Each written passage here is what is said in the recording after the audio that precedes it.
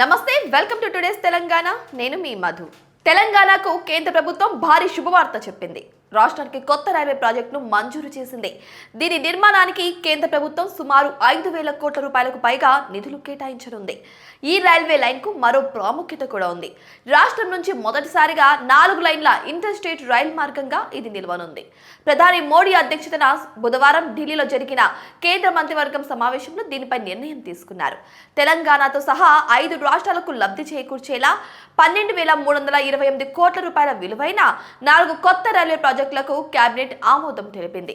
ఇక వివరాల్లోకి వెళ్తే కేంద్రం ఆమోదించిన 4 రైల్వే ప్రాజెక్టుల్లో తెలంగాణకు సంబంధించి సికింద్రాబాద్ వాడి మార్గం కూడా ఉంది. అయితే ఈ 2 ప్రాంతాల మధ్య మల్టీ ట్రాకింగ్ నిర్మించేందుకు కేంద్రం ఆమోదం తెలిపింది.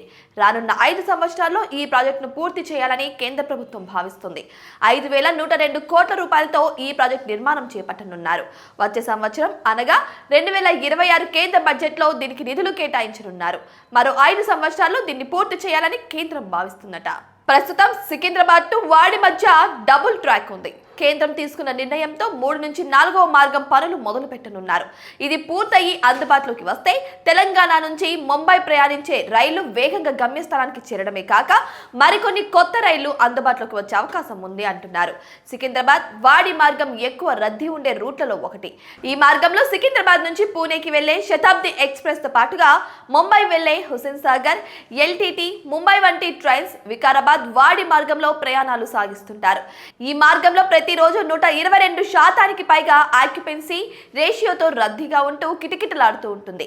ఇక ఈ రూట్లో ఎక్కువ సిమెంట్ ఇండస్ట్రీలు ఉన్నాయి. అలానే ఈ మార్గంలో వేర్వేరు ప్రాంతాలకు సిమెంట్, స్టీలతో పాటుగా వ్యవసాయ ఉత్పత్తులు కూడా రవాణా అవుతుంటాయి. ఈ రూట్ మొత్తం మీద 173 కిలోమీటర్ల మేర 4 లైన్లుగా చేయనున్నారు. దీనిలో కర్ణాటకలో 49 కిలోమీటర్లు, తెలంగాణలో 124గా ఉంది.